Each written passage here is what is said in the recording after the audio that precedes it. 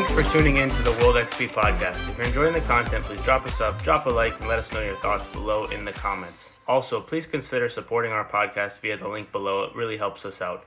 Omar, Chris, welcome to the World XP podcast. How are you guys doing today? Hey, I'm doing great. Thanks, Eric.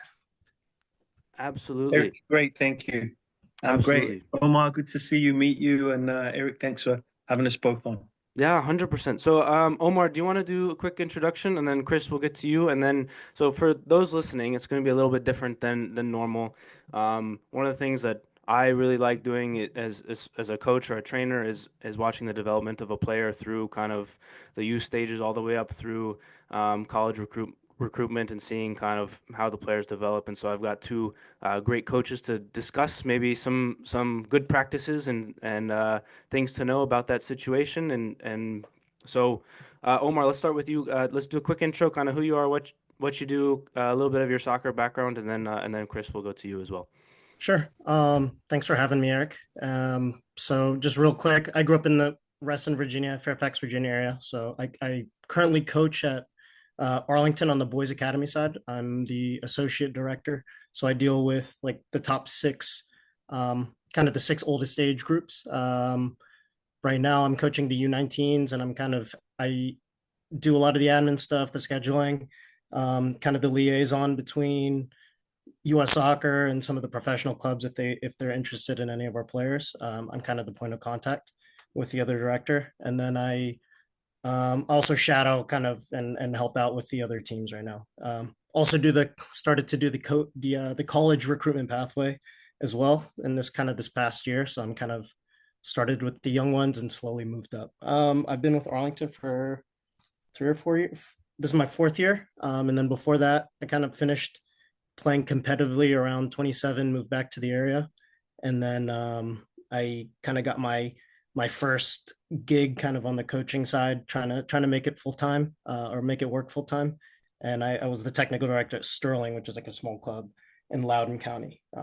So Arlington is like 10,000 kind of members, I guess, from the rec, like including all the rec programs. And then Sterling was like, I think less than 900 when I started. And then after 3 years, it kind of grew to like 1,200. So kind of doing what I was doing before, but on a more professional, larger scale, which is. Yeah. 100%. Chris, how about you? Yeah, so tough one to follow there. Nice stuff, Omar. Good stuff, and nice journey. 33% growth at Sterling, which is massive. Congrats on that. A little bit about me. I'm a father, a husband, a coach educator with the grassroots and the club technical leaders license through the federation and through Virginia Youth Soccer Association as well. I started growing up in England to Greek Cypriot parents. I say I started growing up because I've not finished yet, because I feel like we do the best job in the world having to work with children and stuff like that. So been lucky enough to present a couple of times at the convention, and then also used to do webinars with like world-class experts. So I've been blessed to do that. I'm currently at Virginia Rush, been there for 11 years. I was with Wisconsin Rush prior to that. So I was one of the founding fathers at Wisconsin Rush. And then also was the global grassroots technical director for Rush Soccer, which was a really fancy title that I made up for myself. Just trying to help the 50,000 Rush kids around the globe to get to where they needed to be, and help coaches and parents and help us work together as a triad to make sure that children have good experiences, and that we as the adults remember that children get one childhood, and it's our job to make it as memorable as possible. I don't know. I think you did a pretty good job of following that, Chris. Yeah, I'm lucky he didn't go first.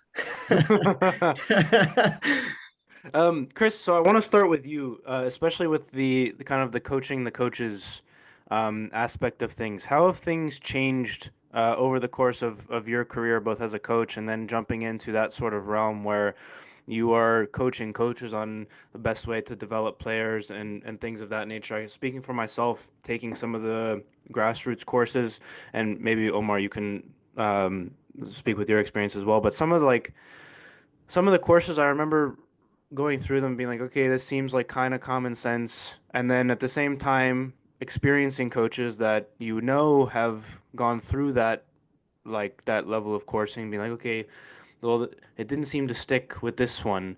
So, in terms of the development of the curriculum for coaches, how have you seen that change over the course of your career? Yeah, so good question. I think the main thing is to try and meet coaches where they're at, right? That is the number one thing. So know who's in front of you and know who's going to be in front of them. I think these are the critical things. I think it's changed a lot because now the federation is it's more user friendly per se. You know, they have their coaching philosophy or their coach education philosophy, which is holistic, right? Experiential learning, autonomy learning, and then realistic, right? So trying to put coaches in situations that they're going to face Monday, Tuesday, Wednesday, Thursday, Friday, Saturday, Sunday, and then replicating those environments, right? And it's not cookie cutter anymore. It's based on who's in front of you, what are their needs, and how can we reach them. It's interesting because the role of the DOC years ago was show up, coach X amount of teams, and go home. But the role of the DOC, which I'm sure Omar and myself will get into, is so different now. And you heard Omar say that he's helping with the college process, he's helping with the younger players, he's also helping, he's doing a lot of administrative work and the things that go along with that. So the role of the DOC has changed over the years as well, right? We have to wear many hats. You have to be a coach, a counselor, a marriage guidance counselor. You have to work with parents. You have to, you know, there's so many opportunities. And you have to be well versed in everything that we're doing, including player development, you know, child development, and so on and so forth. But I'm going to pass to Omar.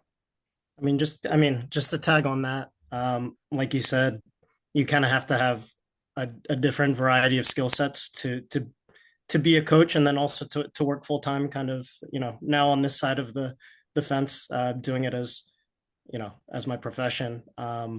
Looking before, it's very easy to be critical of coaches from the outside, but then you go in and you see, there's so many different aspects to just building a little, one program, even if it's like a grassroots program for skills, for example. You have a budget, you have logistics, you have the fields, and then you meeting the coaches where they're at, but also the players. I've worked in different environments now. My first environment that I started off with in Sterling, the demographic of kids and families was very different to the demographic that I deal with now. So how I would communicate with the kids and the parents, a little bit different. For example, a lot of those families were a little bit more working class. So we weren't able to start sessions at 5 o'clock. We had to kind of squeak out and push the start times to like 5:30, 5:45, so that the majority of the kids could come to training. But then not all of our fields were lighted. So at certain times of the year, you're cutting sessions or you're trying to fit certain amount of teams onto a field. So I think meeting the coaches and also the players where they're at as well. There's so many different phases of development. Now they've broken it down. I think so, looking at some of the academies from overseas, and then now definitely U.S. Soccer is catering it a little bit more towards our environment. I was lucky to start my licenses. I didn't play in a first division, so I started from the bottom. So I kind of did it a little bit in college. I took, I think, the D or the grassroots just to make a little bit of money on the side in between playing and trying to chase the dream. And then as I got a little bit more into it, and I recently finished my B, but the courses, and I think a lot of people say the same thing going into the coaching education, you kind of rolling your eyes like, oh, what is this guy going to teach me? But really it's coaching it's not rocket science, but it's also, it's not the easiest thing to do because you have to coordinate a lot of different things to maximize the environment and the development ultimately and the experience of the players. So, Chris, do you have anything to add onto what Omar said? Because I think the subject actually is quite good that we're on, which is kind of the development of the coach as well, from the standpoint of, you mentioned some of the more psychology-ish things, whether it's with the parents or the players. Um, so I guess to either one of you, as you've gone through the licenses and gone up into your B and such, how have the difference, like, what is has the emphasis changed drastically within the coaching courses and what you've been learning, or is it kind of just throw you in the deep end and see what works? Like, how much, I'm not exactly sure what I'm asking without trying to throw the coaching courses under the bus, because that's not what the intent is. But there's only so much for any industry that you can be trained on before you have to just experience it and learn by doing. And there's certain things that you'll never be prepared for until you experience it, and you're like, oh, nobody taught me that, and that happens in every industry. So as you guys, is there more of an emphasis as you go higher in the licenses on some of those other admin or psychological type things, or like, how does the coaching courses work from the standpoint of, all right, you do your grassroots and now you're up into like the higher levels? Yeah, so I think the best way to explain it, I think Omar put it very eloquently and put it together very well, right? It's know who's in front of you, know who's in front of them, know what their needs are. And then the coaching schools, like when you did your grassroots license, it was a page of experience. If you guys remember, you had to write your page of experience. When you do your D license, your C, your B, your A, your club technical leaders license, it's a book of experience, right? So as you start to get deeper in, and I think the federation has done a good job of building blocks, the learning lines, leading from one course to the next.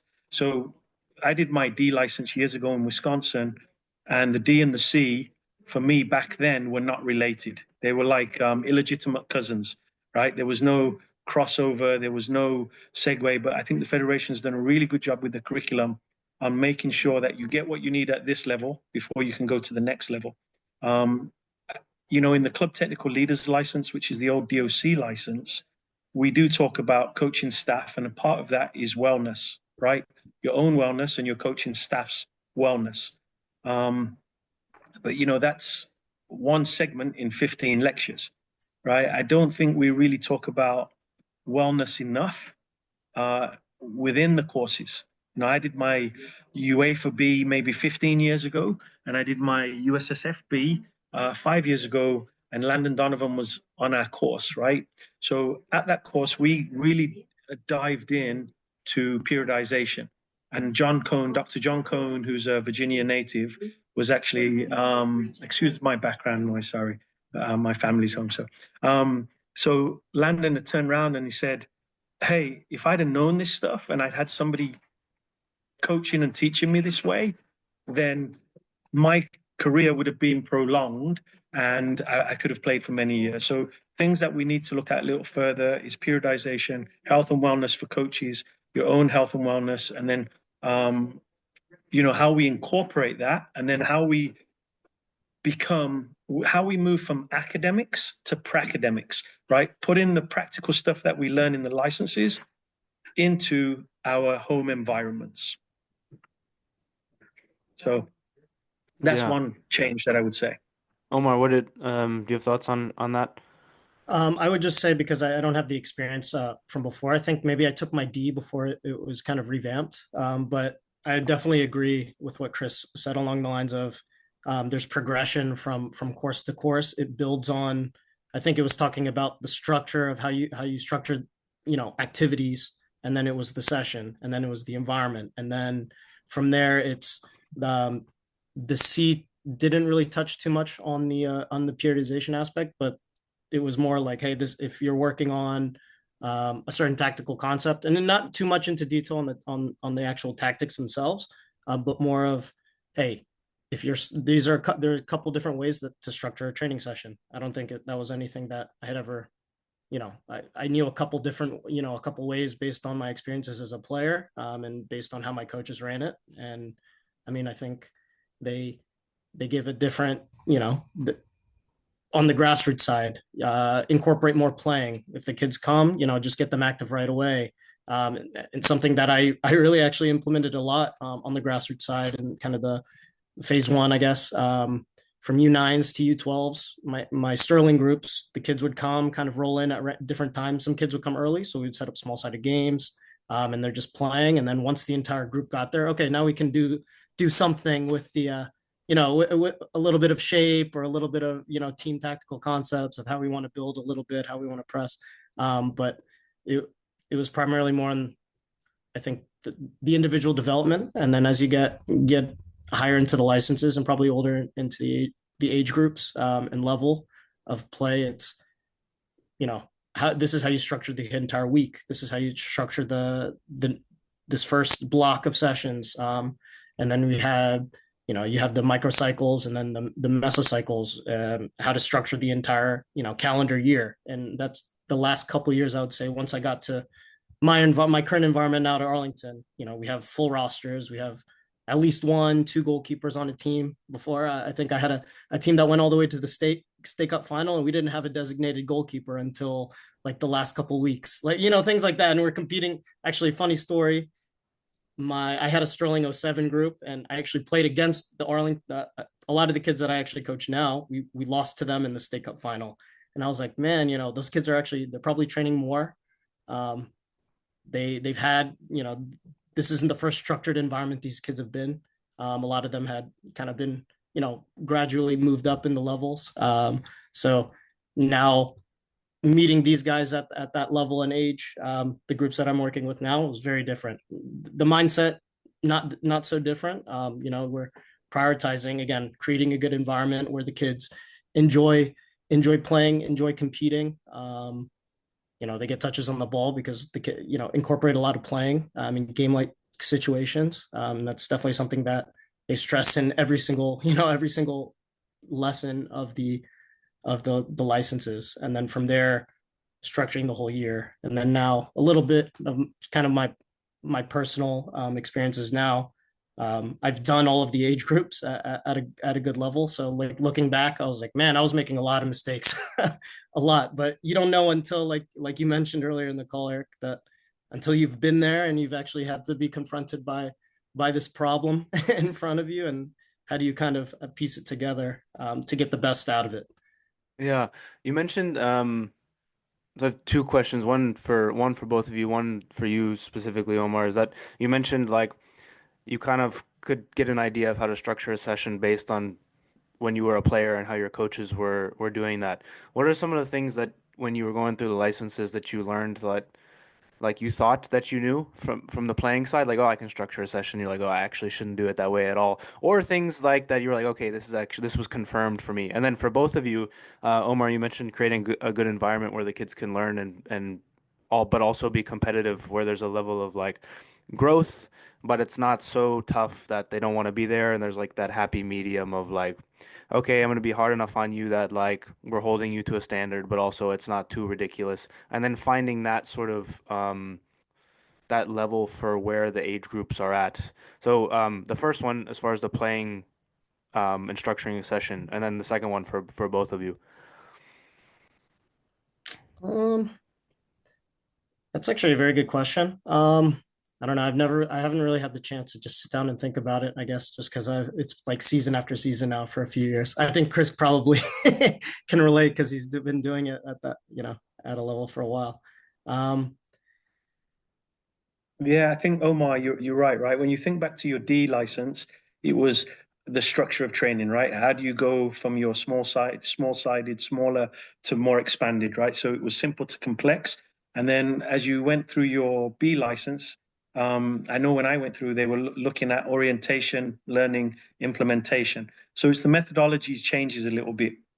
And Omar, was correct in what he was saying with the play, practice, play, and making kids, giving kids small-sided games as they arrive to keep them engaged.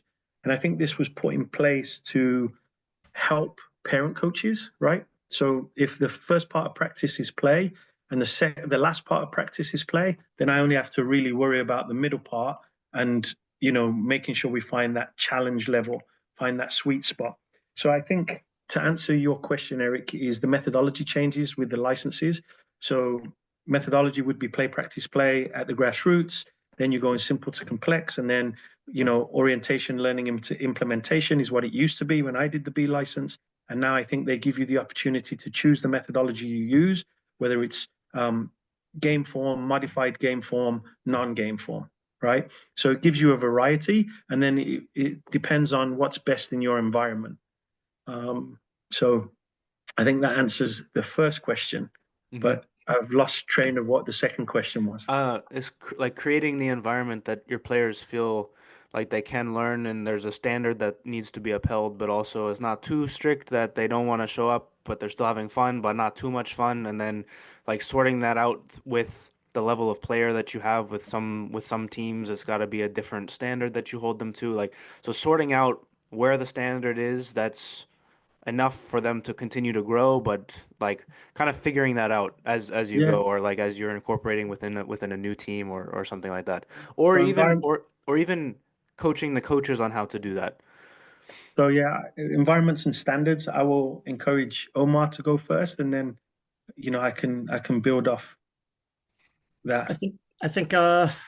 I guess it depends on the program, right? Meeting the players, even within one club or one age group, you'll have different needs. So maybe the top team, the standards and the style of play is kind of established based on the curriculum, and kind of the desired style of play, based on the program. Then there'll be players where they need to focus on the basic fundamentals before they can, you have to learn how to walk before you can run. It doesn't really matter in my experience. I don't think it matters so much about the age. It's more kind of where they are. If some kids understanding the individual player, what motivates them to show up, why do they play? Some kids, they have a dream to play at the highest level. Some kids, they want a good experience and they want to get a good education out of it. I think for me, I think personally, until I got to a slightly older age, my dad and my parents, both immigrants, I think soccer for them wasn't really like, hey, well, not really a way out or to go play pro. My dad had a background in playing as well. It was more, hey, stay out of trouble, stay focused. There's worse things that you could be doing with your time. And then I got to an older age, and he was like, hey, all right, you're spending too much time with soccer, I think. I think you could play at a good level, but you're still going to have to work and make a living afterwards. So focusing on your education and that pathway. And, I thought I was going to play at Barcelona when I was like 15. That obviously didn't happen. But luckily, the system here, there's a pathway now, I think, for different types of players. There's a new, Chris, you've probably implemented this in some of the programs you've run, like the travel light, which is actually it's a very good kind of hybrid between like a rec program, which back in the day, I actually played house or rec soccer until 11, 12, because my dad didn't know any better. His English wasn't great. And then there's a travel team. Oh, there's multiple travel teams. So, it's, some kids want to play for fun.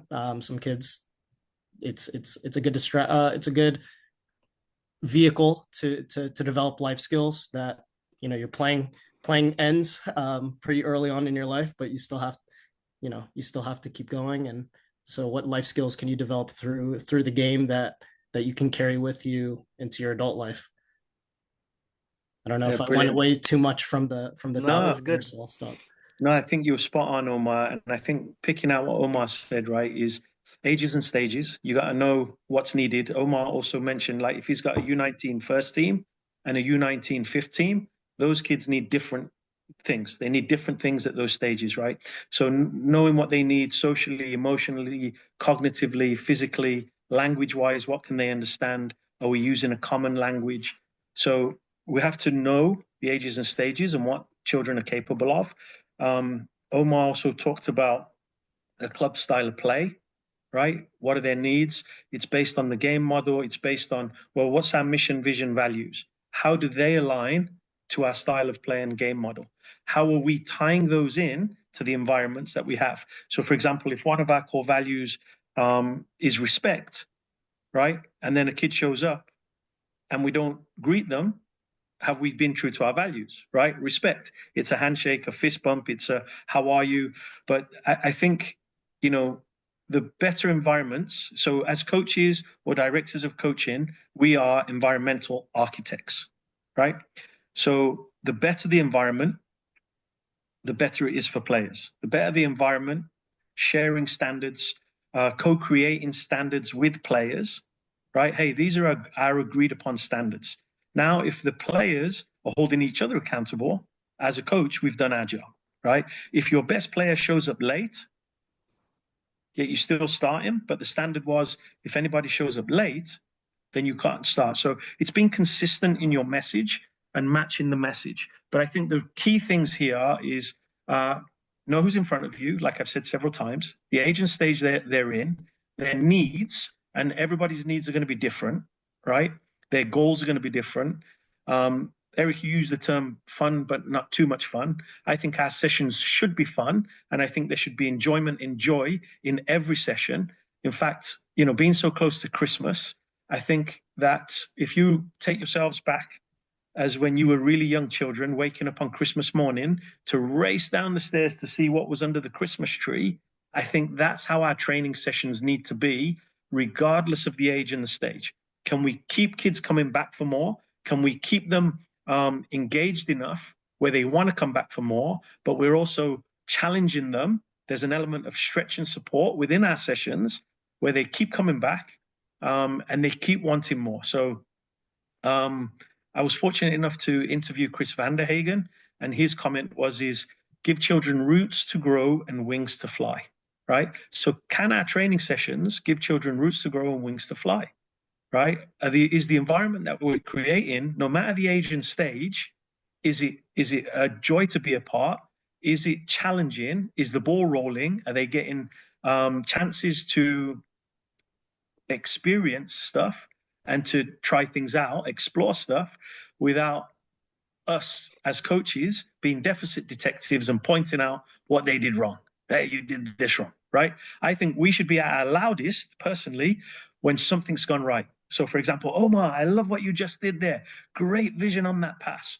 So the next thing is kids want to please, they want to appease, so they're going to try and follow that standard. So. Yeah. Yeah, I completely agree. I'm I have several thoughts on that. One is I remember scrimmaging your team, Omar, and there were several instances in which you had tweaked your messaging depending on the player, on who it was. Um, and some of them, even if it was Chris, for context, I play for the men's team at Arlington, and so we did a inter squad with Omar's team, and we mixed and matched some of the players. So some of Omar's players were playing with the men's team, and that environment I think was really productive because you had some of the senior players being very, very positive um, towards your ones that were mixed in with us. Some of our main guys, actually, some of the Yeah, commits that weren't actually going to the upcoming showcase. yeah. So yeah, And then Chris, I could see even just in this call, every time Omar's done, you said spot on or I completely agree or some level of positive reinforcement, which like to what you just said about you think you should be at our loudest when things go right. It's like even in this you've exhibited that, which I think is really good. I want to slightly switch a little bit to Omar. You mentioned the pathways, different pathways now. When I was playing and trying to get recruited, I didn't have many of the same resources. Omar, we spoke about this at practice, I yeah. think last week or 2 weeks ago. First, the resources now for kids, everyone's sending emails out to every college coach under the sun, and we've got these databases and different things. And I had a conversation with a USL championship assistant coach about kind of the difference between Europe and the US. And then as far as developing players for like the national team, maybe the US is not so the best, but also we've got the college pathway where they can go play and get a degree and then be set for life, even if they don't play in school. So there's a lot in that. But Omar, I guess we could start with you in terms of because your group is going into that right now.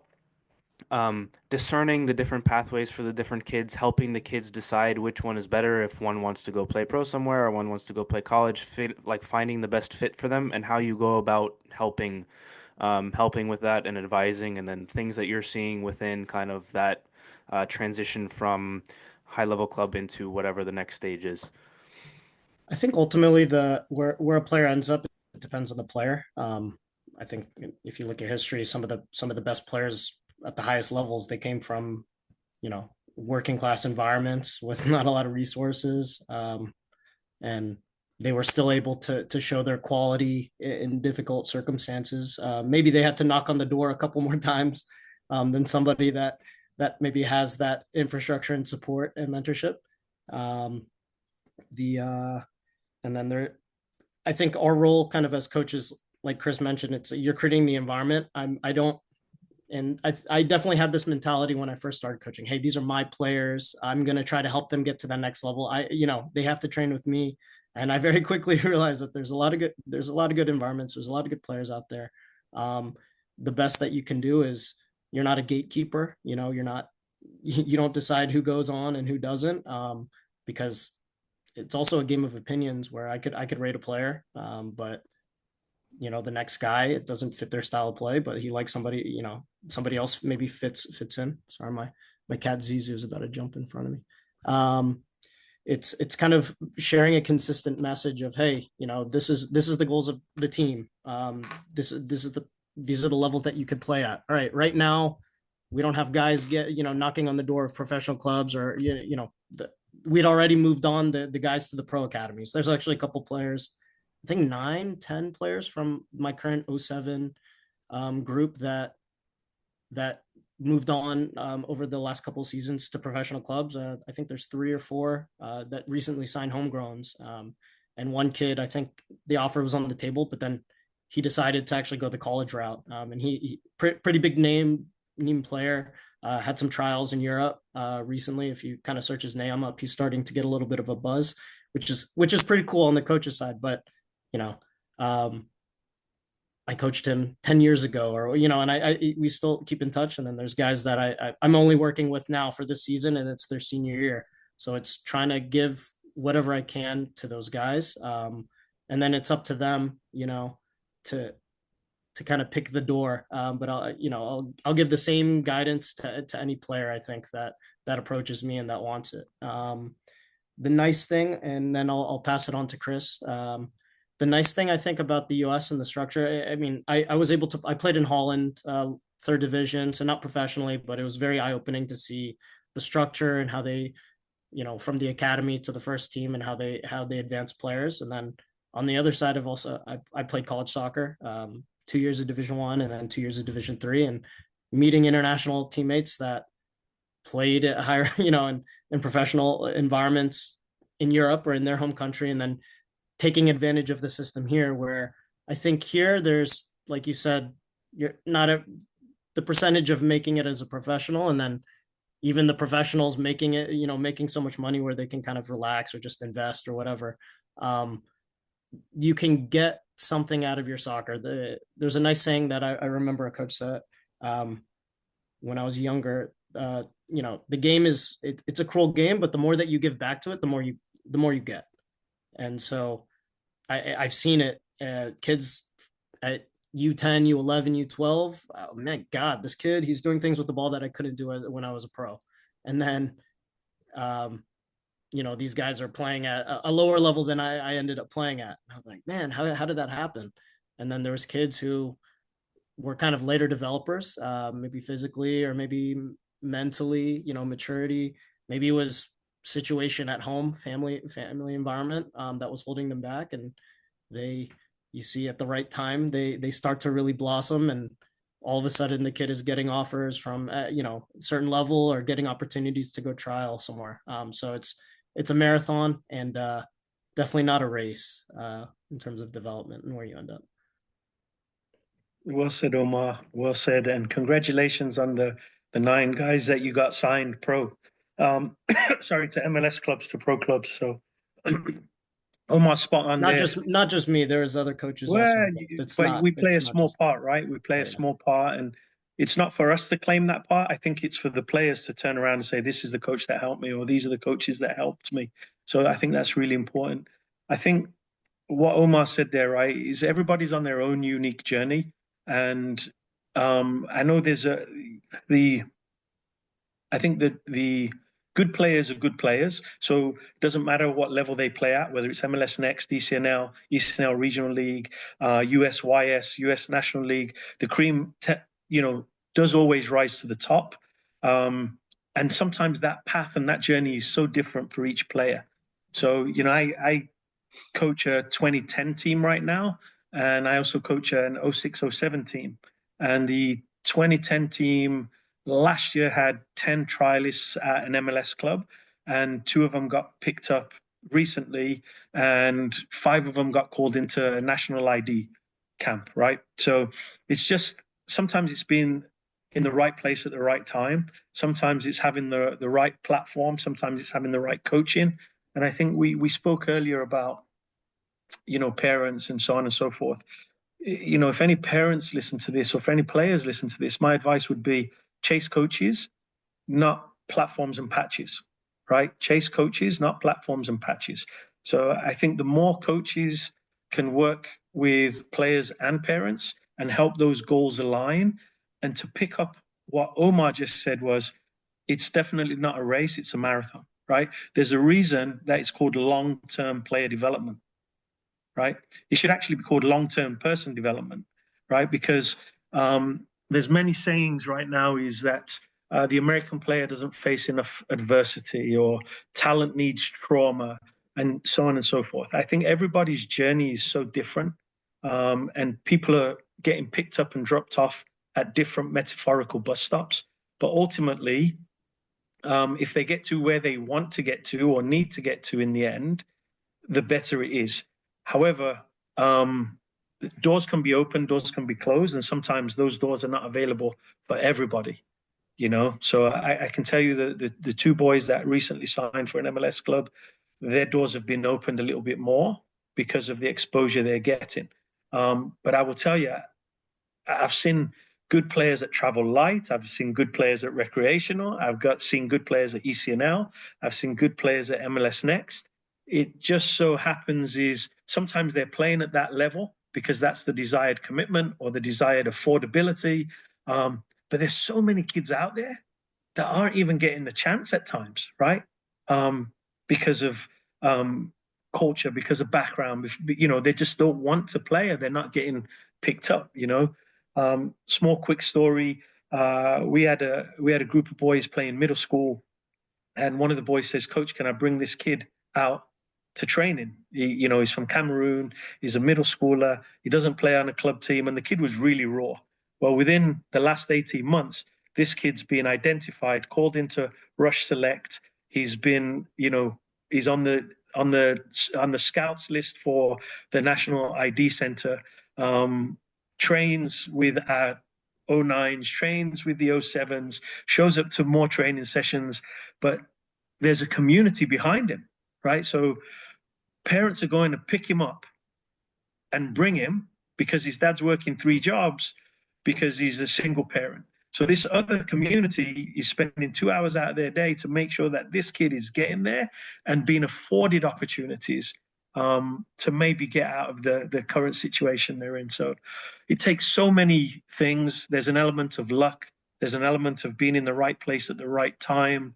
You've got your transfer portal now for the college players. You've got international players. You've got kids who, for example, I'm a father of 3. My youngest is an 07. He's online to graduate with a 4.8 GPA. He's a 10. He's a crafty 10. He's a right-footed Foden of last year, right? But he doesn't want to grow up, so he hasn't contacted college coaches. So now we're in a really sticky place where I'm coach, but I'm also dad, and there's a timeline, right, for 2025s. Running out, yeah. And he's running out, but he's a brilliant student. He's a very good player, but he's an even better kid. Right. So it's advocating for those kids. And I'm put in a situation now where, as dad and coach, do I I've got to push. I Do got you to push push him. one way and too Yeah. much, or Yeah, but so it's a delicate balance. So Omar, you and I have to have a separate conversation to see what you can do to help him Oh, find for his. sure. Yeah, that's it. It'd be It my takes a pleasure. village, right? It takes a village. Chris, you mentioned chasing coaches and not badges or platforms. Yeah. And aside from the certain coaches are good fits for certain players, I'm gonna put you on the spot a little bit. Say, what are Yeah. things that the parents should be looking for in the coaches that they're chasing, So first of all, I wouldn't put it to the parents, right? or players, Yeah, I would players say and to or the parents? players. Hmm. So, is there a connection between coach and player, right? Is there a connection? Does coach understand me? Is coach able to give me information that I need, but does coach hold me accountable when I'm not holding myself accountable? And then are the sessions exciting? Are they challenging? Is there direction? Does it look like the game? Am I getting things from those sessions? Are the sessions at times built around myself and my IDP? Do I have autonomy within the session? Am I in a safe environment where I can go to coach and go, I disagree here, but coach, I have a question, right? Without the fear of getting berated or belittled.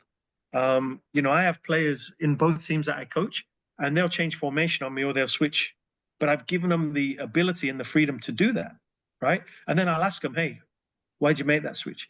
Well, I noticed that this was happening and that wasn't happening. Okay, do you think that was a good switch? Well, no, but I'm glad you switched it back, right? So there's conversation that's had, but giving them the autonomy to do that. Now, I've been coaching like that for years, and I had a player that did that when he was at a national camp, and that was one of the reasons they didn't invite him back, right? But we're going back 12, 15 years, and this is a kid that had an all-expense trip paid for to Barcelona, to Leverkusen, he was at Reading for 10 days, he was at Birmingham City for 4 days, and he was at Manchester United, right? So this is a kid that at the age of 10, that, later on at 16, 17, he made that switch, and the national staff didn't like that he'd shown that. But again, in defense of the national staff, we're going back 15 years, so maybe actually 12 years. And now maybe there's a little bit more of adaptability and flexibility involved in systems, right? So, Omar, do you have anything to add to that, or what would your answer to that be? I have a funny personal story kind of from my high school playing days. I was the captain my senior year, and I made a change probably during a game, changed players around positions, and the coach noticed and took me off the field, didn't put me back on, took my armband from me. And I actually think, looking back at the time, I was fuming. I was like, man, this guy's, he doesn't know what he's doing. We lost the game because of his tactics. But looking back on the other side, it was that was the right thing to do. Uphold the standards, make sure that, and maybe we could have had a conversation or something. But yeah, there's so many good players out there now that if unfortunately, I think it's a little bit different from back in the day. The individual, they more rely on a player that can fit into different systems and is adaptable than like a kind of like a maverick or like a number 10. You don't see a lot of those 10s anymore. I think this is like a kind of a bigger philosophical comment. But we were talking about, I guess, the players. Like chasing the coach rather than the badge. Yeah. Looking for an environment where you get a little bit of rope to make mistakes, but then the coach he knows, he has a clear idea of how he wants the group to behave. I would also say, I think Chris mentioned as well, how they treat the players. Is he treating the top players on the team? Is he favoring them a lot, and kind of ignoring the guys on the bottom, or is he fair with the entire group and able to motivate all the players in different ways? One indicator for me is how the group behaves on and off the field too, under that coach. If the kids are, they're there and they're getting along well and they're happy, and on the field, you see an identity in the team, and no right or wrong way to play. That's kind of the beauty of the game. But if you see a clear idea, or the kids at least moving in the same direction, then that's probably a coach that the kids believe in and they're playing for, and they want to play for. Yeah, Omar, my challenge to you is go find your high school coach and have that conversation, right? What why bench you? And I think what Omar says there is key, right? I always tell the players, I want you to act off the field like your favorite aunt or uncle, your favorite teacher, your favorite coach is watching. So, I was fortunate enough to talk to Bill Beswick, and Bill always says you've got to play for the man in the stand. You got to play for the man in the stand, and you've always got to, carry your values with you, and just make sure that, you know, would you do that if those people were watching, right? Does your behavior change? And same for coaches, right? Does their behavior change when if it's the State Cup final, they're down by 2 goals? Does your behavior and do your philosophies change, right? So staying true to your values and sharing those, right? And being honest, open, and transparent with your communication. And then upholding standards, right? But co-creating standards is really, really important. I want to touch on the sticking true to your philosophy, the thing that you mentioned. I think probably all three of us have experienced coaches in the youth teams that are playing to win rather than develop the players. Where do you draw the line on that from the standpoint of like, well, it's not fun to be losing every game, but also you've got a development path, a long-term development path that maybe we need to stick on and we're going to take some L's along the way. How do you balance that as a coach and then with the parents who maybe are not like, well, if we just kicked it long to the fast kid up top, then we'd win all the games. It's like, well, then they don't learn how to play, or like, how do you guys balance that as coaches with the players, keeping morale kind of up if you're taking maybe some losses that they think that they shouldn't be taking, and then also with the parents, like to explain that to them. Omar, I'll start with you. Uh, I think that, well, now we usually have a kind of an academy meeting every year, and we lay down this is how, this is our vision of the team's playing. This is our philosophy. This is what we're going to teach the kids. This is how we're going to do it. So usually that communication isn't, I don't have to have that communication with all my teams all the time. But definitely the communication is important, after a couple games where you see some progress, hey, reaching out to the group and saying, this is what I've seen. This is what I like. This is where we're at. I think this is where we can get better the next couple, the next couple weeks. I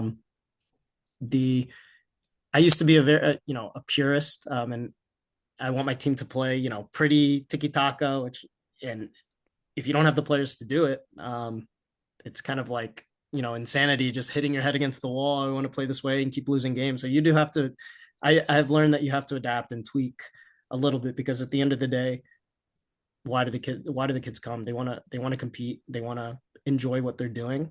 You may not be able to, please every single player on the roster. Maybe you have a couple smaller technical players that want to play a certain way, but then you do have some big fast guys. It would be almost foolish not to use them to try to win the game that way. But then on the development side, so yeah, definitely depends on the age. When you're younger, you don't really, if you turn the kid into a one-trick pony, he's just running in behind and scoring. Can you teach him maybe how to hold up the ball a little bit, play him in a different position, at least in training or some of the easier games? I don't have those opportunities as much at the level that my teams are competing at. But I definitely, if we do an inter squad scrimmage or in training, I'll let the kids pick their positions, especially if it's just a scrimmage at the end of a practice. If we're working on something specific, or I'm working on a certain unit, then probably not. But definitely striking that balance, and then making sure that you're kind of mindful of how you're rotating, your minutes that you're giving players, starting and, starting certain guys. Maybe, a kid has been struggling and you want to give him a little bit of confidence. So you put him in the lineup, and you got to bite the bullet sometimes, but maybe in the long run, it's actually going to help, because you're not going to lose that player in the season. And maybe that can be the turning point. So Yeah, Omar's spot on, right? But I think we got to get to the stage that winning can be seen as a dirty word, and development and winning aren't opposite ends of the spectrum. They meet in the middle, right? Yeah. So sometimes we've got to win through development. And, I got asked, like in my earlier days, maybe, I don't know, 20 years ago, a parent would come up to me and he'd say to me, "Hey, Chris P, are we playing for development today or are we playing for the result?" Right? And my answer is we're playing for both, Both. right? But it's having those conversations, and I love that Omar's putting together with the academy and telling parents, "Hey, this is our style of play. This is what to look for." About 10, 12 years ago, I started putting together a looking back, looking forward, right? And we emailed that to parents and we told them, this is what we worked on this week. These are the things that you should look for at the game. Um, and, here's some things, here's some small successes. So, and again, this was taken from Bill Beswick, right? That I was fortunate enough to spend time with Bill at his house and at the conventions and stuff like that. And he coached a rugby team and he said that he had an under 10 rugby team and they lost every game. He would bring the parents in at the end and he would talk about the things that the kids did well and the little successes that he'd seen within the growth of the children, right? And by doing that and having that conversation with the kids in front of the parents, he also controlled the narrative on the car ride home, right?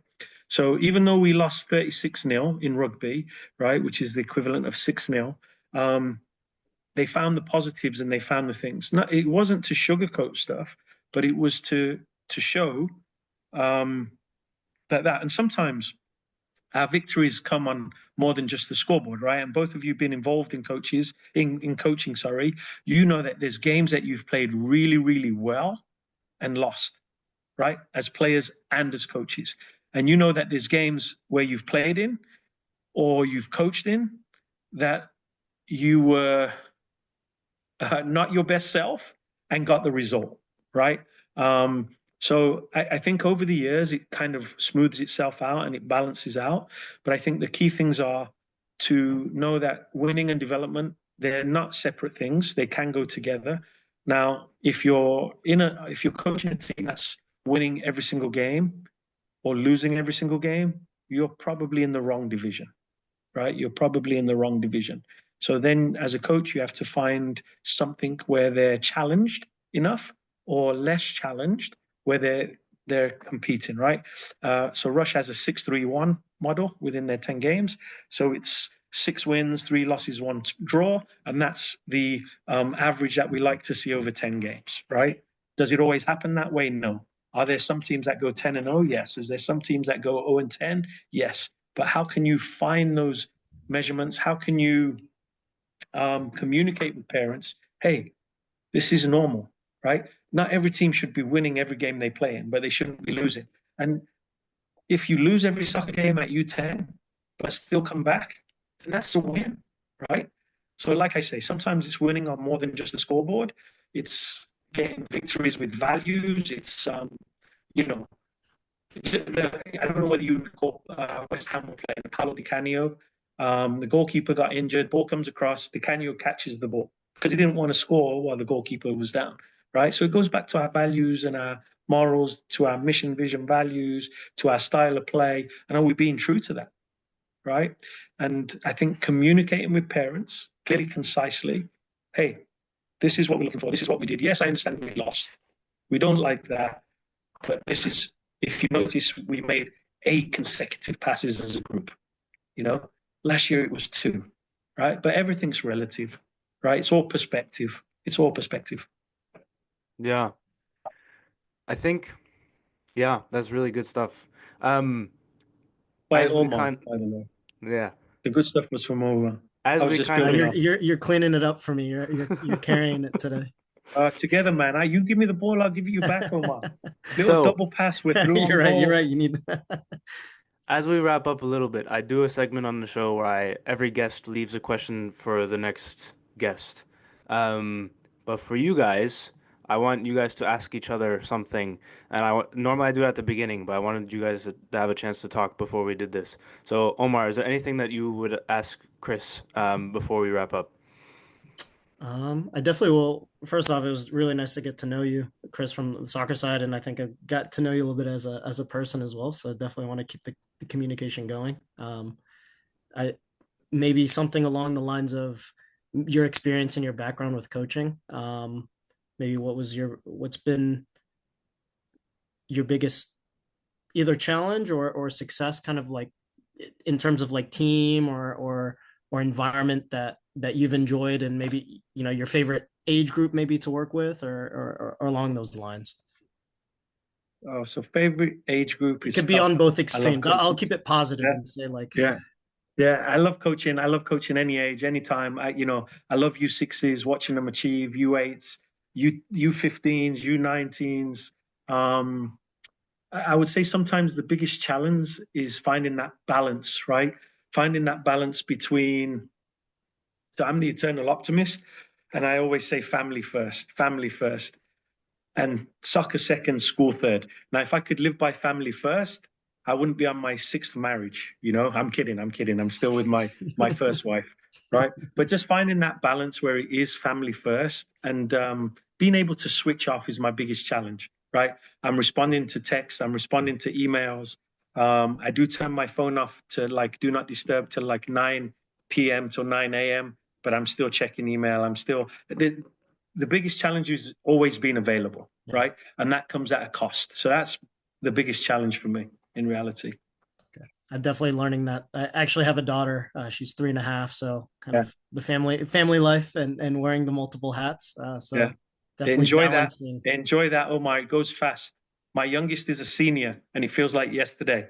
Feels like yesterday. So Yeah. I'm coaching his age group, so yeah, maybe we've played yeah, against him. yeah. And then for you, Chris, is there anything that you would ask Omar? Yeah. So Omar, my question to you is, what's the best piece of advice you've ever been given, and what advice would you give to your teenage self?